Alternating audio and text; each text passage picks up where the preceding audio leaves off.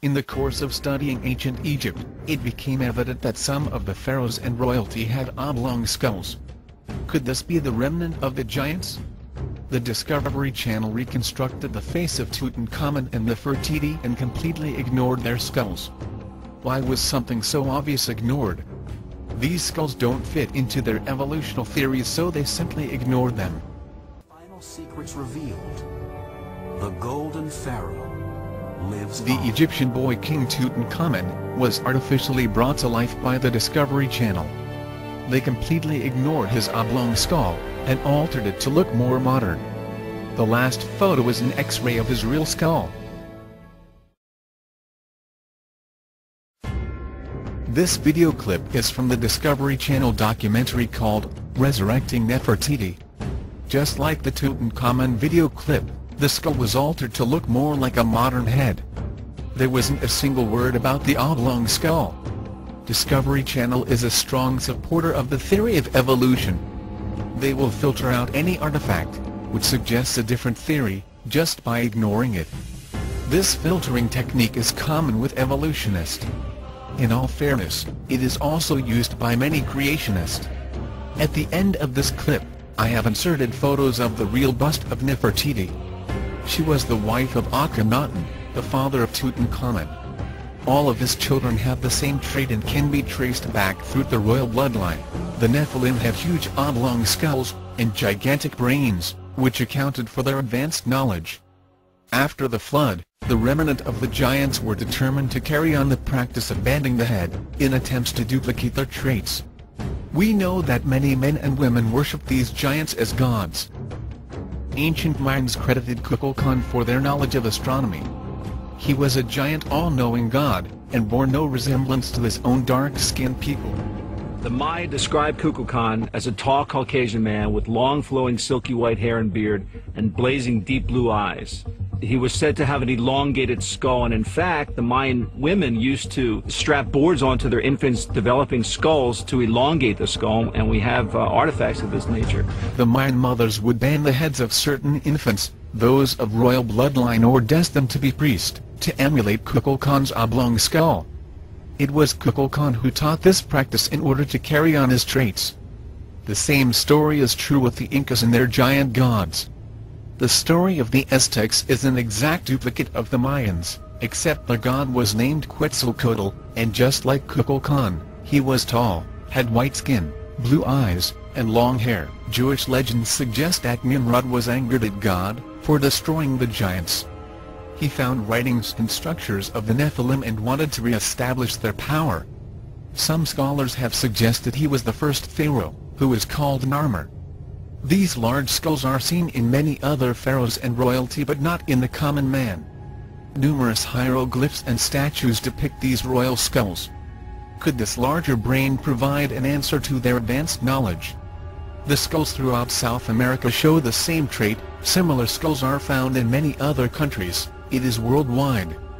We know the Egyptians and South American tribes practiced the ritual of bending the head at youth, in order to prolong this trait. It was only done with a priest or a VIP. Just like the Egyptians, they wanted to continue the royal bloodline. Does this suggest a common ancestry? Yes, it does. All my research points back to an advanced civilization over 12,000 years ago. According to Nazca myth, the gods descended from the sky. They had these odd, elongated skulls. So what did mankind do? People living at Nazca, they tried to imitate the gods. And so they put boards around the newborn babies' heads so that the skulls would grow into this long shape. We know from scripture a few of the giants did escape the flood, but with restrained characteristics. As they breed with common women, their children were much smaller, an example being Goliath and his 4 brothers. The following news clip is about a discovery in the Siberian province of Russia.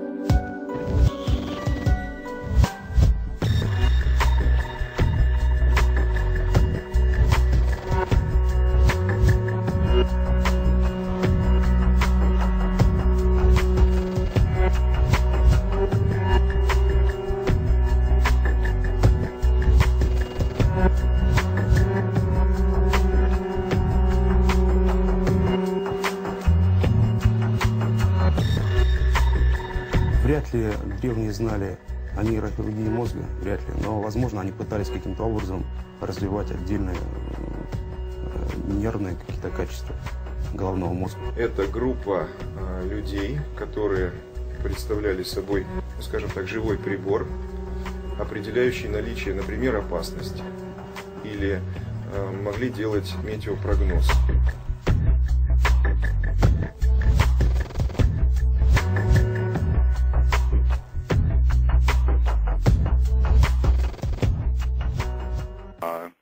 There are other groups of beings in existence other than humans, and on past shows we've discussed how there's really no reason to think that humans are all there is, especially when we've got all these fossils, like the Cro-Magnon man fossil that we discussed, I think 2 weeks ago it was, and also the conehead skulls. That's one of the most fascinating things we've ever discussed on this show, all over museums in South America and Greece and so forth, and you can't get an anthropologist here in America to even talk about them, amazingly. So you wonder if there's an advanced race, since we have these fossil evidence for groups with larger brains than us. There are a couple different types of big-brained fossil creatures that have been found in the very, very recent past, say the last 30,000 years. Okay, one is called Cro-Magnon. That was very human-like, actually had a significantly larger brain than modern humans. Unbelievable information. That's fall down on the floor, amazing information, okay? That trashes everything the evolutionary theory people have been wanting to talk about, okay?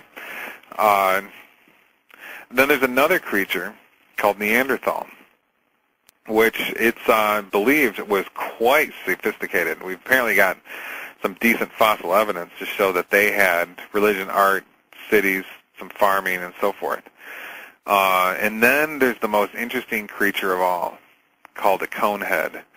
Now, these creatures are in museums in South America, Greece, and other places, so don't even sit here and tell me that it's not real. You can go to South America and see these skulls for yourself.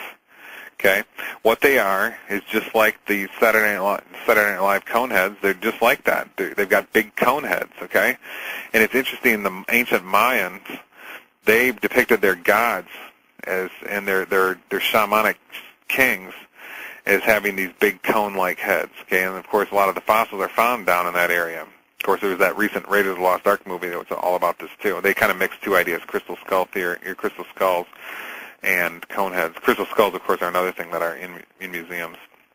What do we have here? We have something, some sort of huge head and presumably ultra-massive brained creature that was all over the world, and apparently some cultures like the Mayan worshiped them in the recent past. This is unbelievable.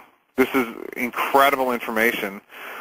Why is it not on all these news stations? I mean, what are the news talking about today? Britney Spears some more? Obama? I mean, this is unbelievable. Okay, who are these creatures? Is this the Elohim? Or some extraterrestrials? Is it another just kind of human that was around? What relation did they have to us? Why were some ancient religions worshiping these people? Were other ancient religions worshiping these people? We have to get to the bottom of this. This information is it's the most powerful information. If you want to know who you are, that gives you power, and this is the kind of information that can help you do that.